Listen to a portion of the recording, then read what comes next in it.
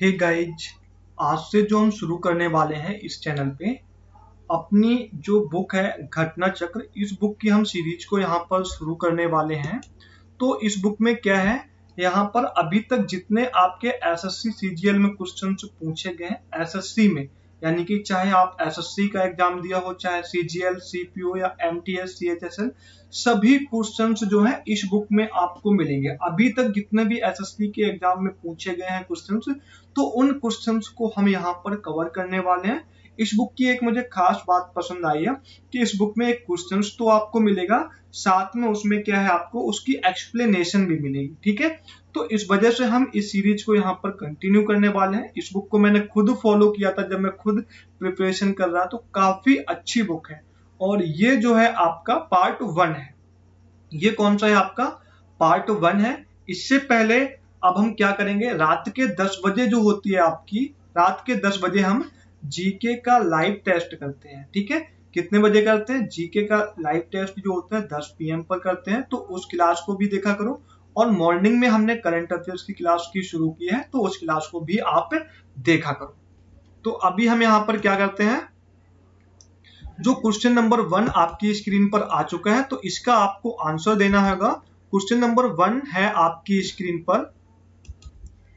Question है आपका, इतिहास के आरंभिक काल को निम्नलिखित में से क्या कहा जाता है। तो इतिहास के हम आरंभिक काल को क्या कहते हैं। राइट आंसर जो है इसका option number A. Just wait करना आप थोड़ा सा। चलिए मैं आपको इसका आंसर बताता हूँ। राइट आंसर क्या है, पूरा पाषाण काल। क्वेश्चन नंबर 2 है आपका, भीमबेटका गुफा किस राज्य में है। आप अपने आंसर कमेंट करते रहिए कमेंट बॉक्स में। और राइट आंसर है इसका ऑप्शन नंबर यहाँ पर D, Madhya Pradesh. Question number 3 आपकी स्क्रीन पर है, किस काल में पत्थर के औजार सबसे पहले पाए गए थे। तो क्वेश्चन नंबर 3 है आपकी स्क्रीन पर और इसका आंसर क्या है, पूरा पाषाण काल। किस काल में पत्थर के औजार सबसे पहले पाए गए थे, पूरा पाषाण काल में। आप अपने जो आंसर है वो कमेंट बॉक्स में कमेंट करते रहिए। अभी एक्चुअली में मैं पेंट ऐप से पहली बार वीडियो बना रहा हूँ, इसमें तो थोड़ा सा प्रॉब्लम आ रहा है। आप इस सीरीज को कंटिन्यू देखना, जितने भी इसके क्वेश्चंस पूछे गए, चाहे इजी हो चाहे टफ हो, सारे के सारे क्वेश्चंस कवर करा देंगे और ये क्वेश्चंस आपके एग्जाम में जरूर आएंगे। चलिए क्वेश्चन अब देखते हैं यहाँ पर 4। क्वेश्चन नंबर 4 है, सिंधु घाटी सभ्यता के शहरों की गलियां कैसी थी।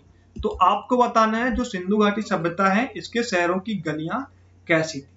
तो राइट आंसर इसका क्या होगा, ऑप्शन नंबर ए, चौड़ी और सीधी। आप अपने आंसर कमेंट बॉक्स में कमेंट करते रहिए।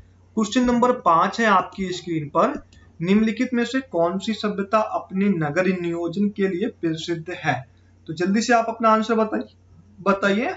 राइट आंसर है आपका सिंधु घाटी सभ्यता। क्वेश्चन नंबर है आपका 6, हड़प्पा और मोहनजोदड़ो के खंडर निम्नांकित में से किस नदी के तट पर है। एक्चुअली में यहाँ पर थोड़ा सा टाइपिंग शायद एरर हो गया होगा, जो टाइप कर रहे होंगे। जो हड़प्पा है ना, ये आपका किस नदी के किनारे है, रावी नदी के किनारे। किसके है, हड़प्पा जो है आपका ये रावी नदी के किनारे है। ठीक है, जबकि आपका जो आपका मोहनजोदड़ो है, मोहनजोदड़ो ये किस नदी के किनारे है, आपका सिंधु नदी के किनारे। ठीक है, किस नदी के किनारे है, सिंधु नदी के किनारे। तो यहाँ पर इसका आंसर क्या होगा, हड़प्पा रावी नदी के किनारे और मोहनजोदड़ो सिंधु नदी के किनारे। थोड़ा टाइपिंग एरर होगी शायद। चलिए क्वेश्चन नंबर है आपका 7, सिंधु घाटी सभ्यता के निम्नलिखित स्थानों में से कौन सा स्थान सिंधु नदी के किनारे पर स्थित है, जो कि मैंने अभी हाल आपको बताया है। तो आप बताइए जल्दी से answer. Right answer Mohenjodaro. Question number आपका 8 है, सिंधु घाटी सभ्यता की लिपि कौन सी है। आपको इसकी लिपि बतानी है। सिंधु घाटी सभ्यता की लिपि कौन सी है, तो इसकी है अज्ञात लिपि। क्वेश्चन नंबर है आपका 9, मोहनजोदड़ो का स्थानीय नाम क्या है।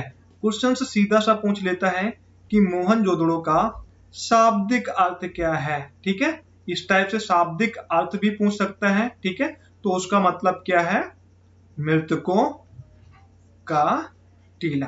क्या है, मृतकों का टीला। तो right answer option number C correct होगा। क्वेश्चन नंबर है आपका 10, मोहनजोदड़ो में सबसे बड़ा भवन कौन सा है। आपको बताना है क्वेश्चन नंबर 10, मोहनजोदड़ो में सबसे बड़ा भवन कौन सा है? तो ये है आपका धान्यागार, ऑप्शन नंबर बी का। क्वेश्चन नंबर है आपका 11, विशाल स्नानागार ग्रेट बाथ कहां पर स्थित है? आपको क्वेश्चन नंबर 11 का आंसर बताना है। तो विशाल स्नानागार ग्रेट बाथ कहां पर है? आपका मोहनजोदड़ो में। क्वेश्चन नंबर है आपका 12, सिंधु घाटी के लोगों की एक महत्वपूर्ण रचना निम्नलिखित में से किसकी मूर्ति थी? ये आपको क्वेश्चन नंबर 12 का आंसर बताना है। आपको अगर आंसर आते हैं कमेंट करते रहिए। राइट आंसर है आपका ऑप्शन नंबर बी, नृत्य करती हुई बालिका। ये जो वीडियो होगा आपका 25 से 30 मिनट का वीडियो होगा और इसमें हम 100 क्वेश्चन कवर करेंगे। हर एक वीडियो में 100 क्वेश्चन कवर करने की कोशिश करेंगे। क्वेश्चन नंबर है आपका 13, माता देवी की पूजा संबंधित थी। तो माता देवी की जो पूजा थी वो किससे संबंधित थी? क्वेश्चन नंबर 13 का आपको आंसर बताना है। राइट आंसर है ऑप्शन नंबर सी, सिंधु घाटी सभ्यता के साथ। क्वेश्चन नंबर है आपका 14, सिंधु घाटी सभ्यता का पत्तन नगर यानी कि बंदरगाह कौन सा था? तो क्वेश्चन 14 का आपको आंसर बताना है। राइट आंसर है होगा आपका option number B, Lothal. Question number है आपका 15, लोथल नामक स्थान पर निम्नोक्त सभ्यताओं में से किसका जहाजी मालघाट था? 15 का आंसर आप बताइए। तो किसका था? सिंधु घाटी का। क्वेश्चन नंबर है आपका 16, निम्न में से कौन सा सिंधु घाटी सभ्यता का एक बंदरगाह शहर माना जाता है? तो अभी हम इस क्वेश्चन का आंसर कर चुके हैं। राइट आंसर क्या है? लोथल। ये क्वेश्चन घुमा के पूछे गए क्वेश्चन का, यहाँ पर बार बार रिपीटेशन तो होगा लेकिन उन्हीं क्वेश्चंस को घुमा के पूछा है, इस वजह से इस बुक में इन क्वेश्चंस को लिया गया। क्वेश्चन नंबर है आपका 17, सिंधु घाटी सभ्यता में कालीबंगा निम्नलिखित में से किसके लिए प्रसिद्ध है? जो कालीबंगा है ये किसके लिए प्रसिद्ध है? तो राइट आंसर है आपका ऑप्शन नंबर यहाँ पर डी, मिट्टी के पात्र के लिए। क्वेश्चन नंबर है आपका यहाँ पर 18, क्वेश्चन नंबर 18 क्या है? सिंधु अर्थव्यवस्था की ताकत क्या थी? तो सिंधु अर्थव्यवस्था की ताकत क्या थी ये आपको बतानी है। जल्दी से बताइए क्वेश्चन नंबर आप 18 का आंसर। राइट आंसर होगा आपका ऑप्शन नंबर यहाँ पर बी, व्यापार। क्वेश्चन नंबर है आपका यहाँ पर 19, निम्नलिखित में से कौन सी धातु हड़प्पन सभ्यता में नहीं पाई गई थी? जल्दी से बताइए इनमें से कौन सी धातु हड़प्पन सभ्यता में यानी कि हड़प्पा सभ्यता में नहीं पाई गई थी? तो राइट आंसर आपका ऑप्शन नंबर डी, लोहा। लोहा नहीं पाया गया था, बाकी सोना पाया गया था, चांदी भी और तांबा। ठीक है, तो लोहा का आविष्कार नहीं हो पाया था। क्वेश्चन नंबर है आपका यहाँ पर 20, सोर्तुगुई यानी सिंधु घाटी सभ्यता किस देश में है? अब आपको ये बताना है कि जो सिंधु घाटी सभ्यता है वो किस देश में है। तो जल्दी से करिए, भारत, पाकिस्तान, अफगानिस्तान या फिर तिब्बत। तो राइट आंसर है आपका अफगानिस्तान। ये थे आपके सिंधु घाटी सभ्यता से लेकर प्रश्न। अब जो हम बात करने वाले हैं ये वैदिक सभ्यता के क्वेश्चन होंगे। 2016 से लेकर 2018, ठीक है, और 2006 से लेकर 2015 और 2017-18 यानी कि 2006 से लेकर 2018, 19, 20 तक के जितने भी क्वेश्चंस हैं वो हम क्वेश्चंस इस वीडियो में कवर करने वाले हैं। चलिए, क्वेश्चन नंबर है आपका पहला, वैदिक आर्यों का भोजन क्या था? वैदिक आर्यों का प्रमुख भोजन क्या था? तो राइट आंसर है आपका ऑप्शन नंबर बी, दूध और इसके उत्पाद। क्वेश्चन नंबर आपका 2 आपकी स्क्रीन पर है, निम्नलिखित में से कौन सा अन्न मनुष्य द्वारा सबसे पहले प्रयोग में होने वालों में से था? तो जल्दी से आप बताइए। राइट आंसर है ऑप्शन नंबर ए, जौ या फिर यव कह सकते हैं। क्वेश्चन नंबर है आपका यहाँ पर 3, वैदिक लोगों द्वारा किस धातु का प्रयोग पहले किया गया था? तो वैदिक लोगों द्वारा सबसे पहले किस धातु का प्रयोग किया गया था? जल्दी से बताइए। चांदी, सोना, लोहा या फिर तांबा। तो राइट आंसर आपका ऑप्शन नंबर यहाँ पर डी, तांबा। क्वेश्चन नंबर है आपका 4, वेद शब्द का अर्थ क्या है? आपको बताना है 4 का आंसर। वेद शब्द का मतलब क्या है, अर्थ क्या है? तो राइट आंसर है इसका ऑप्शन नंबर ए, ज्ञान, यानी कि ज्ञान। क्वेश्चन नंबर है आपका यहाँ पर 5, किन 3 वेदों को संयुक्त रूप से वेद त्रयी कहा गया? इनमें से किसको वेद त्रयी कहा गया? कौन कौन से वेदों को, ये आपको बताना है। तो राइट आंसर है, आप अपने आंसर कमेंट करते रहिए क्योंकि हम इसमें 100 क्वेश्चंस करेंगे, वीडियो ज्यादा लंबा नहीं करेंगे, तो इस वजह से हम इन क्वेश्चंस को थोड़ा जल्दी जल्दी कर रहे हैं। तो राइट आंसर है आपका ऋग्वेद, सामवेद और यजुर्वेद को हमने क्या बोला है? वेद त्रयी। क्वेश्चन नंबर है आपका 6, आर्य सभ्यता में मनुष्य के जीवन में आयु के आरोही क्रमानुसार निम्नलिखित चरणों में से कौन सा विकल्प सही है? तो इनमें से कौन सा विकल्प सही है? राइट आंसर पहले ब्रह्मचर्य, फिर गृहस्थ, फिर वानप्रस्थ, फिर संन्यास। क्वेश्चन नंबर है आपका यहाँ पर 7। आर्य पूर्वों के साथ अपने संघर्षों में सफल रहे, क्योंकि उन्होंने क्या किया? तो क्वेश्चन नंबर 7 का आंसर बताना है। उन्होंने बड़े पैमाने पर हाथियों का प्रयोग किया, वे अधिक लंबे और अधिक बलवान थे, वे एक उन्नत शहरी संस्कृति से थे, उन्होंने घोड़ों द्वारा चलाए जा रहे रथों का प्रयोग। जल्दी से बताइए। तो राइट आंसर है इसका ऑप्शन नंबर यहाँ पर, उन्होंने घोड़ों द्वारा चलाए जा रहे रथों का प्रयोग किया। क्वेश्चन नंबर है आपका यहाँ पर 8। आरंभिक वैदिक काल में वर्ण व्यवस्था किस पर आधारित थी? ये आपको बतानी है। आरंभिक वैदिक काल में वर्ण व्यवस्था किस पर आधारित थी? तो ये थी आपकी व्यवसाय पर। क्वेश्चन नंबर है आपका 9।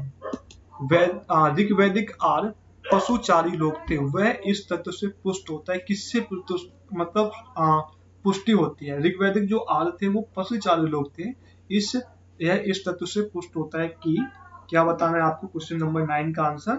तो देखो, ऋग्वेद में गाय के अनेक संदर्भ हैं, ये बात तो सही है। अधिकांश युद्ध गायों के लिए लड़े गए, ये बात भी सही है। पुरोहितों को दिए जाने वाले उपहार प्रायः गायें होती थी, तो ये भी सही है। जब सभी सही है तो right answer option number D होना चाहिए आपका। ठीक है, तो राइट आंसर क्या होगा? Option D. इसके बाद क्वेश्चन नंबर आपका 10 है। आर्यों को एक जाति कहने वाला पहला यूरोपियन कौन था? ये आपको बताना है। तो राइट आंसर क्या है? Max Muller. आप अपने आंसर कमेंट करते रहिए और ये भी बताना कि 100 में से आपने कितने करेक्ट किए। वीडियो कैसा लगा? आपको क्लास कंटिन्यू चाहिए नहीं चाहिए, ये भी बताते रहना। चलिए, क्वेश्चन नंबर 11 है। आर्यन जनजातियों की प्राचीनतम बस्ती कहाँ है? ये आपको बताना है। तो किस राज्य में है आपकी? उत्तर प्रदेश, बंगाल, सप्त सिंधु या फिर दिल्ली? कहाँ पर है आपकी? क्वेश्चन नंबर 11 का आंसर बताना है। आर्यन जनजातियों की प्राचीनतम बस्ती कहाँ है? तो यह है सप्त सिंधु। क्वेश्चन नंबर है आपका 12। निम्नलिखित में से कौन सी जनजातीय सभा सामान्य रूप से जनजातीय सरदार मुखिया के चुनाव में शामिल होती थी? समिति, सभा, गण या विधाता? तो 12 का आंसर क्या होगा? Right answer option number A, समिति। क्वेश्चन नंबर है आपका 13। राज्याभिषेक समारोह का विवरण निम्नलिखित में से किस में किया गया है? तो केनोपनिषद, विष्णु पुराण, ऐतरेय ब्राह्मण, अथर्ववेद में? तो बताइए जल्दी से, क्वेश्चन नंबर 13 का आंसर क्या हो? ऑप्शन नंबर ए, ऐतरेय ब्राह्मण में। क्वेश्चन नंबर है आपका 14। वैदिक युग में राजा अपनी जनता से जो कर वसूला करते थे उसे हम क्या कहते थे? जल्दी से बताइए। राइट आंसर ऑप्शन नंबर ए, क्या होगा? बलि। क्वेश्चन नंबर है आपका यहाँ पर 15। प्रसिद्ध गायत्री मंत्र कहाँ से लिया है? कई बार एग्जाम में पूछा जा चुका है और भी आपके इस बुक में भी आपका रिपीट होगा, इस रिवीजन होगा इस क्वेश्चन का। तो राइट आंसर क्या है आपका? ऑप्शन नंबर ए, ऋग्वेद से। क्वेश्चन नंबर है आपका 16। भारतीय प्रतीक का उत्कीर्ण सत्यमेव जयते लिया गया है। जो सत्यमेव जयते है वो कहाँ से लिया गया है? आपको ये बताना है। तो राइट आंसर क्या होगा आपका? मुंडक उपनिषद से। क्वेश्चन नंबर है आपका 17। निम्न में से किस विदुषी ने वाद विवाद में अज्ञे याज्ञवल्क्य को चुनौती दी थी? यानी कि याज्ञवल्क्य, ठीक है, इसका नाम सही से आप अपने हिसाब से प्रोनाउंसिएशन कर लेना इस वर्ड का। किसको चुनौती दी थी? तो ये बताना है आपको। तो राइट आंसर क्या है? Option number D, Gargi. Question number है आपका 18। प्राचीन भारत में निम्नलिखित में से किस विवाह को विधि समस्त नहीं माना जाता है? तो किस विवाह को विधि समस्त नहीं माना जाता है? राइट आंसर है ऑप्शन नंबर सी, गंधर्व विवाह। अब बात करते हैं जैन और बौद्ध धर्म पे, ठीक है। तो अभी तक हमने कर लिया सिंधु सभ्यता से, वैदिक सभ्यता से। अब बारी है आपकी बौद्ध और जैन धर्म। इस बुक में ना 1 बाय 1 करके आपके क्वेश्चन दिए गए। ये आपके 2006 से लेके 2020 तक के जितने भी क्वेश्चन आपके पूछे गए हैं, 2019 में एसएससी सीजीएल सीपी वालों का पेपर हुआ था, सभी क्वेश्चन इसमें हम कवर करें। तो आप इस सीरीज को पूरा देखना। क्वेश्चन नंबर आपका 1 है, एक्चुअली में ये 1 नहीं है, क्वेश्चन 42 है आपका, ठीक है। तो ये जो है मैं आपको 1 बाय 1 करके बता रहा हूँ। तो बौद्ध और जैन धर्म से क्वेश्चन है आपका पहला, गौतम बुद्ध का जन्म स्थान किसके द्वारा अंकित किया जाता है? तो राइट आंसर क्या होगा आपका? ऑप्शन ए, अशोक मौर्य का जुम्मीनदेई स्तंभ से। ठीक है, किससे हम कंपेयर करते हैं? अशोक मौर्य का जुम्मीनदेई स्तंभ से। क्वेश्चन है आपका 2, बुद्ध किस वंश से संबंधित थे? जो गौतम बुद्ध थे, भगवान बुद्ध थे, ठीक है, तो वो किस वंश से संबंधित थे? ज्ञातक, मौर्य, शाक या फिर कुरु? तो राइट आंसर है ऑप्शन नंबर आपका सी।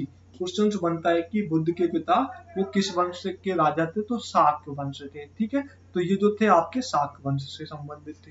क्वेश्चन है आपका यहाँ पर 13, प्रथम बौद्ध परिषद कहाँ आयोजित हुई? जो प्रथम बौद्ध परिषद हुई थी वो कहाँ पर आयोजित हुई थी? वो हुई थी राजगृह में। आप अपने आंसर कमेंट करते रहिए। क्वेश्चन नंबर है आपका यहाँ पर 4, पांचवी बौद्ध परिषद का आयोजन किसने किया था? आपको क्या बताना है? पांचवी बौद्ध परिषद का आयोजन किसने किया था? तो जल्दी से आप बताइए। क्वेश्चन नंबर 4, ठीक है, इसका आंसर आप लोग मुझे कमेंट करके बताओ।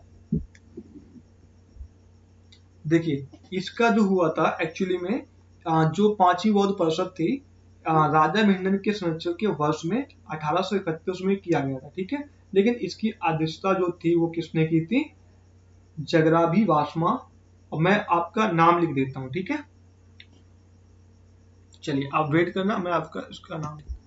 देखिए, इसका जो आंसर होगा वो क्या होगा? एक्चुअली में इसमें ऑप्शन में थोड़ा सा मिस्टेक है। ठीक है, इसमें क्या मिस्टेक है?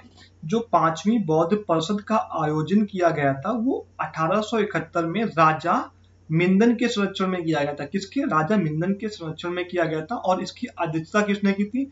जगर भी वासमा। ठीक है, और नरिंदा अपने हिसाब से पढ़ लेना आप, नारिंदा भीदजा और सुमंगल समी। ठीक है, इन तीनों ने इनकी अध्यक्षता की थी। और किसके संरक्षण में किया गया था? राजा मिंदन के। ठीक है, तो इसमें जो ऑप्शन है ये आपके थोड़े से गलत थे। ठीक है, तो इस हिसाब से इसका आपको बोनस पॉइंट मिला होगा जिन्होंने इसका एग्जाम दिया होगा। चलिए अब हम चलते हैं क्वेश्चन नेक्स्ट की ओर। तो याद रखना 1871 में राजा मिंदन के संरक्षण में की गई थी, ऐसा अगर क्वेश्चन से पूछे। और इसकी अध्यक्षता किसने की थी? तो 3 व्यक्ति थे, पहले, दूसरे और तीसरे। ठीक है, अपने हिसाब से प्रोनाउंसिएशन कर लेना। इस क्वेश्चन को आप कॉपी में नोट कर लो ताकि आपको नेक्स्ट टाइम डाउट ना रहे। क्वेश्चन नंबर है आपका यहाँ पर 5, बुद्ध का अर्थ क्या है?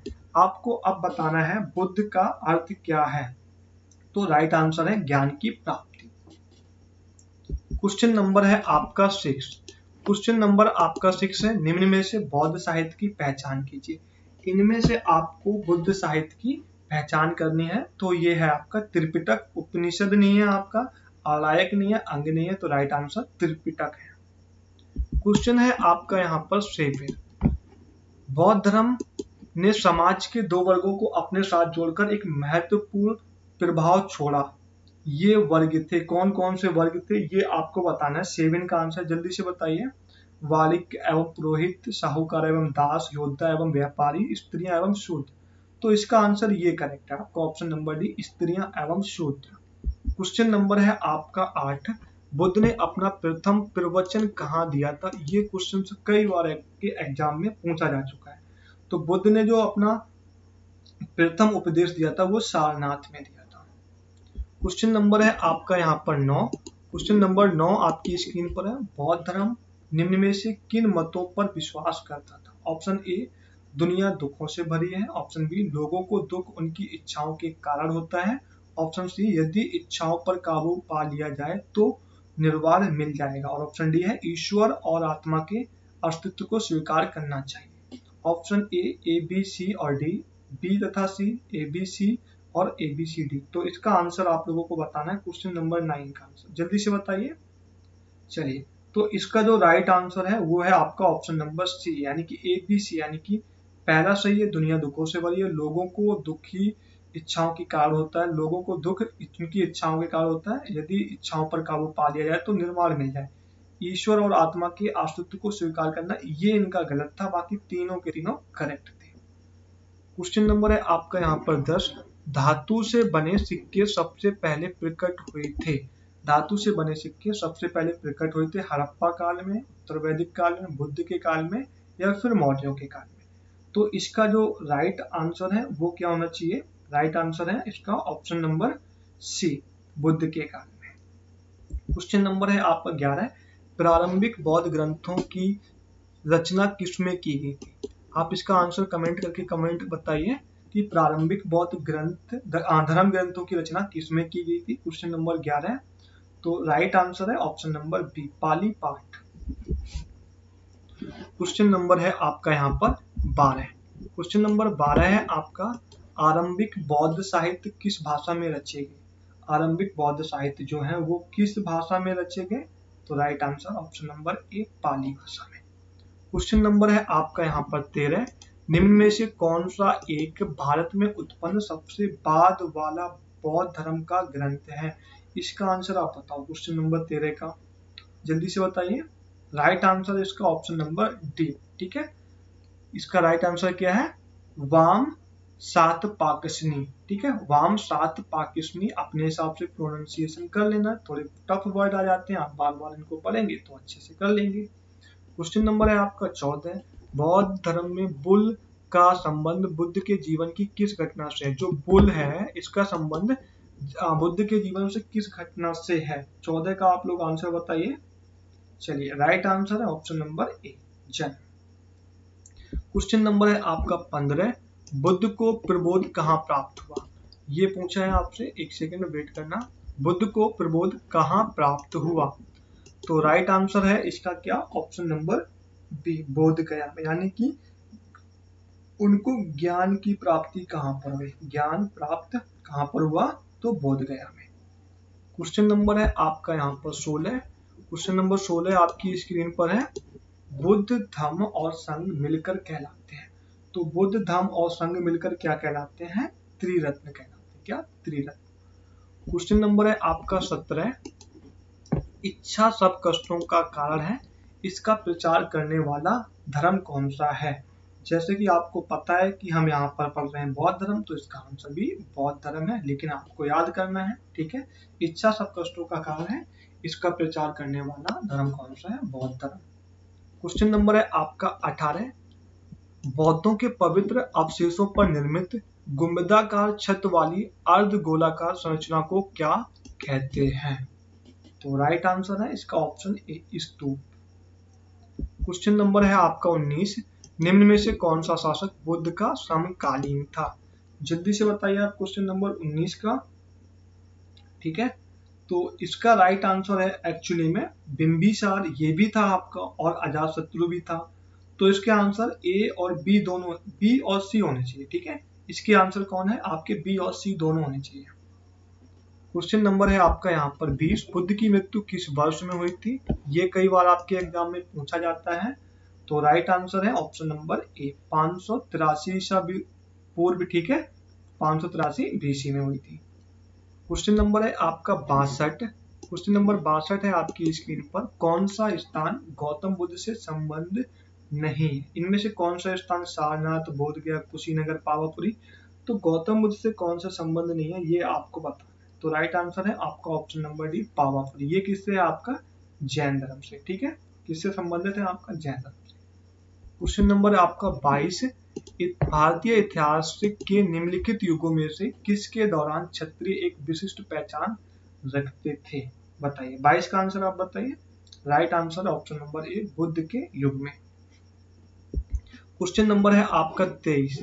क्वेश्चन नंबर 23 आपकी स्क्रीन पर है, महावीर कौन थे। आपको बताना है, महावीर स्वामी से आप क्वेश्चन आ गए, तो महावीर स्वामी कौन थे इसके बारे में बताना है आपको। तो राइट आंसर जो है आपका ऑप्शन नंबर यहाँ पर बी, 24वें और लास्ट तीर्थंकर थे आपके।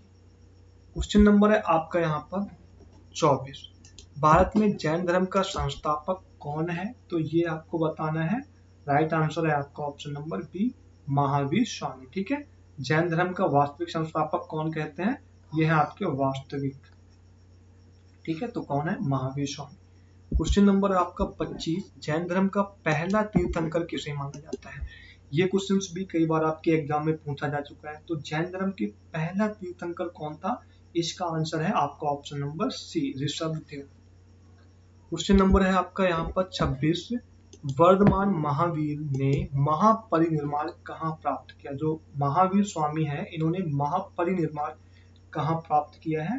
तो राइट आंसर है ऑप्शन नंबर ए, पावा, ठीक है, या फिर पावापुरी। क्वेश्चन नंबर है आपका यहाँ पर 27। जैन साहित्य को हम क्या कहते हैं। जैन साहित्य को हम क्या कहते हैं? तो राइट आंसर है ऑप्शन नंबर यहाँ पर डी, अंक। क्वेश्चन नंबर है आपका यहाँ पर 28।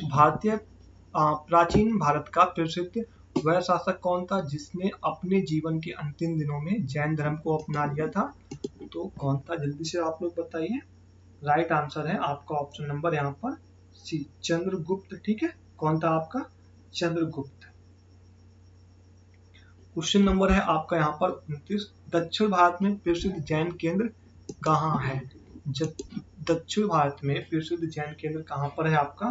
तो ऑप्शन नंबर है आपका right answer D, silver Belagola. Question number अब आ गया है, देखिए अब बात करेंगे 6ठी शताब्दी ईसा पूर्व के भारत के बारे में। ठीक है, अब किसके बारे में बात करेंगे? 6ठी शताब्दी ईसा पूर्व के बाद का भारत, यहाँ से क्वेश्चंस बनेंगे। क्वेश्चन नंबर 1 आपकी स्क्रीन पर आ चुका है।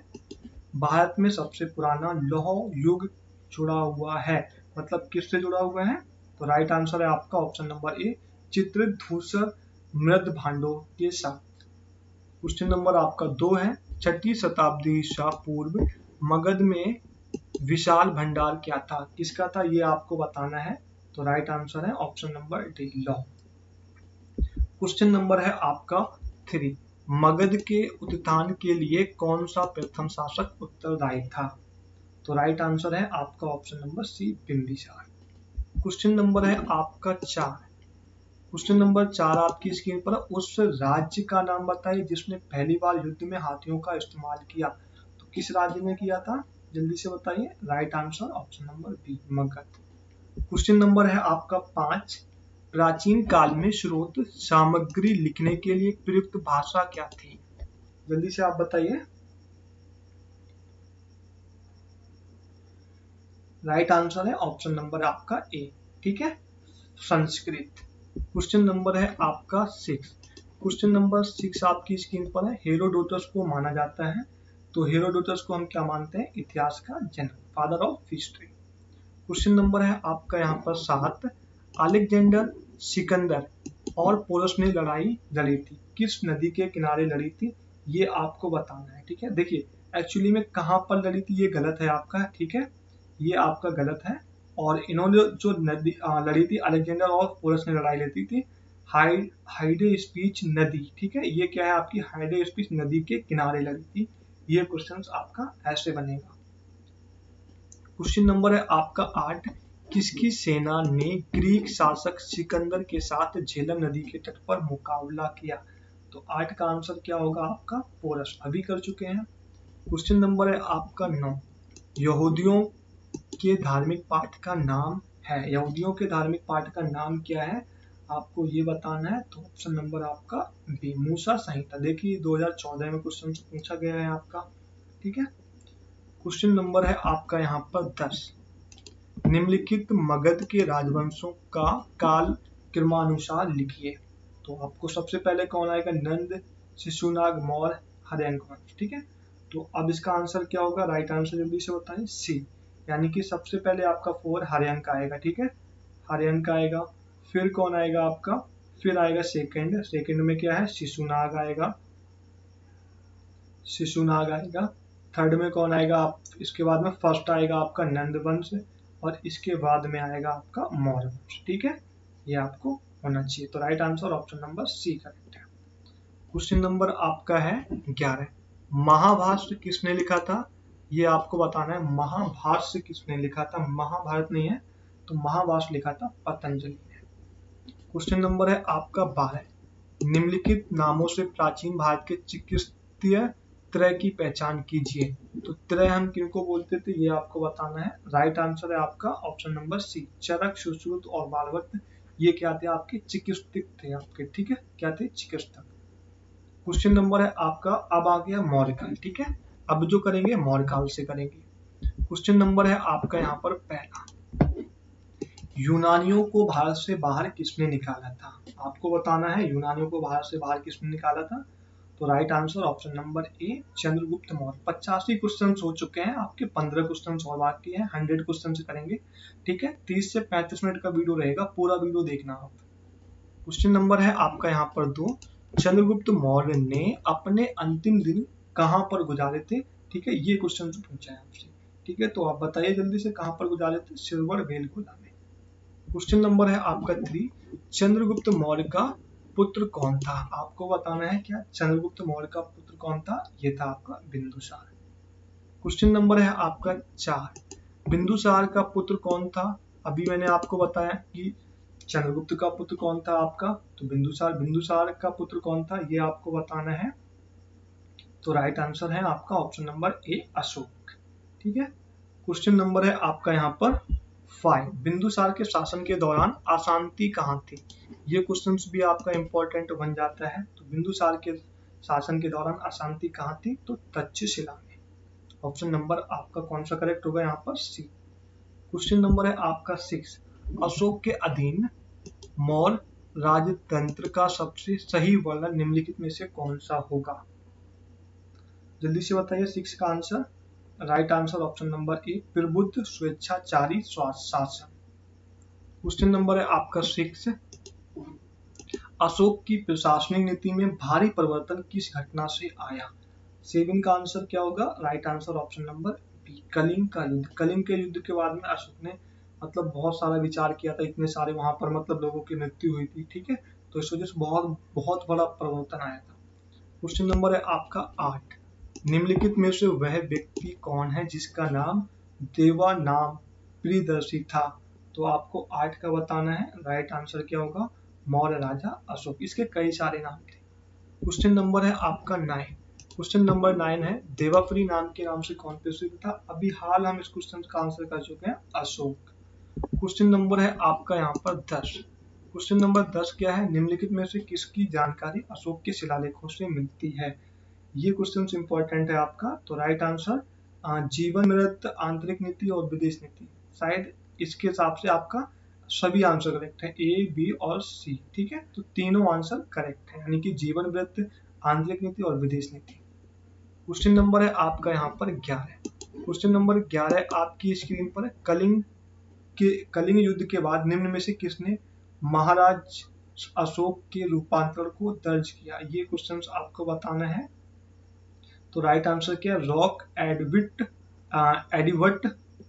सॉरी यहाँ पर लिखा है रॉक एडिक्ट थर्ड 8। ठीक है, ये क्या है आपका 8। क्वेश्चन नंबर है आपका यहाँ पर 12, कलिंग युद्ध किस वर्ष में हुआ था? आपको बताना, कई बार एग्जाम में पूछा जा चुका है, कलिंग का युद्ध कब हुआ था? 261 बीसी में। आंसर भी कमेंट करते रहिए। क्वेश्चन नंबर 13 है, कलिंग पर अशोक पर कलिंग युद्ध का प्रभाव कहाँ दिखाई देता है? ये क्वेश्चन भी इंपॉर्टेंट है। तो right answer option number B, शिलाओं पर उत्कीर्ण 13वें राज्यादेश। क्वेश्चन नंबर है आपका यहाँ पर 14 नंबर आपकी स्क्रीन पर है, किस शिला राजादेश में अशोक ने कलिंग युद्ध के हताहतों का उल्लेख किया और युद्ध त्याग की घोषणा की? तो आप लोग अपने आंसर बताइए। और इसका जो राइट आंसर है ऑप्शन नंबर आपका बी, शिला राजादेश 8। क्वेश्चन नंबर है आपका 15, चंद्रगुप्त मौर्य के दरबार में भेजा गया यूनानी राजदूत कौन था? ये क्वेश्चन बहुत बार एग्जाम में पूछा गया है। राइट आंसर है option number C, Megasthenes. Question number है आपका यहाँ पर 16, क्वेश्चन नंबर 16 है आपका, मौर्य दरबार में ग्रीस के राजदूत का नाम क्या था? तो राइट आंसर है आपका ऑप्शन नंबर यहाँ पर बी, मेगस्थनीज। ठीक है, तो ये रहे आपके 100 जीके जो कि हमने कुछ सभी के सभी प्रश्न लिए हैं घटना चक्र। ठीक है, और एसएससी, ये इस बुक से मैंने लिए हैं। ये सभी के सभी सीरीज जो है हम डेली कंटिन्यू करेंगे दोपहर के 12 बजे। तो आप लोग इस वीडियो को पूरा देखा करिए। ठीक है, और आप मुझे कमेंट करके बताइए आपको क्वेश्चंस की क्वालिटी कैसी लगी। काफी अच्छी है। अगर आप डिटेल में पढ़ना चाहते हैं तो बुक को परचेज भी कर सकते हैं। ठीक है, अगर आपके पास में बुक अवेलेबल नहीं है, आप नहीं ले पाते हैं, तो आप हमारे वीडियो देखकर इस बुक को कवर कर सकते हैं। मिल लेंगे हम नेक्स्ट वीडियो में, तब तक के लिए थैंक यू।